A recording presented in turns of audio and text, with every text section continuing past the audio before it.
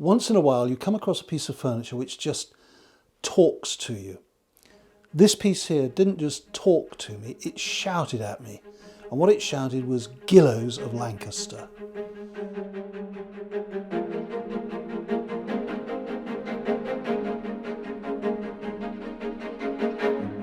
What you have is a Regency period mahogany commode. And a commode is a nice little name for a pot cupboard. This was before the age of the flushing toilet. And yet people still needed to relieve themselves. So furniture was made for them to be able to do this and not to spoil the home. This was made as a piece of toilet furniture. It's a wonderful phrase. This one, because it's quite a majestic piece of furniture, would probably have stood in an anteroom or in a hallway near the dining room or whatever, so that as guests ate and drank merrily, they'd be able to go and relieve themselves as well. So now what's this all got to do with Gillows? Well, Gillows were famous for the quality of their furniture, the quality of the materials used, but also there are some definite design points that you see on Gillows furniture. And one of these is these what we call tower or turret corners, where the corners of the piece actually stand out in a circle like that.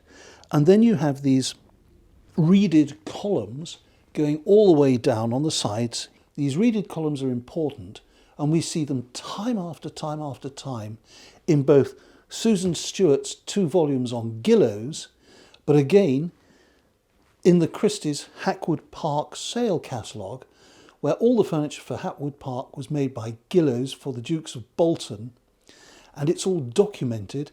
And in the bedrooms, they've got lots of furniture there with exactly this detail on it. So we know that this was made by Gillows. It's not stamped, but then a lot of their pieces weren't stamped. The theory behind that is that if you ordered directly from Gillows, you knew who you'd ordered it from and you would have the receipt for it, and that you would keep. So they didn't need to stamp those pieces. The pieces that are stamped, more often than not, would have been sold through a subsequent retailer. And Gillows wanted you to know that if you bought it from Smith & Sons, it actually was made by Gillows of Lancaster. So it has a concave front, and you'll see that it's got this lovely ebony line inlay going all the way around the 3 sections of it.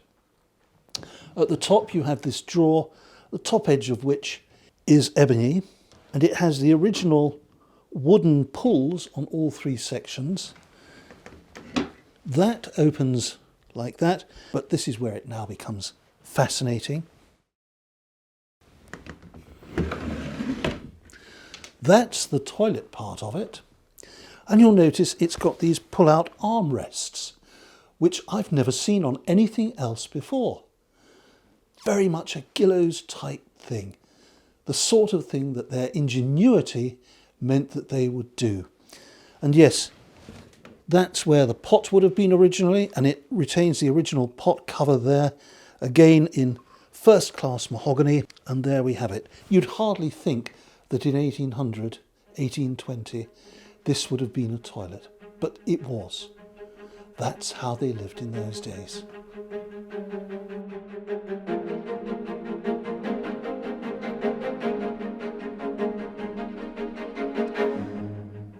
If you would like to keep up to date with our latest acquisitions and free invitations to antiques fairs, please subscribe to our e-newsletter, which is issued regularly, by signing up in the box below.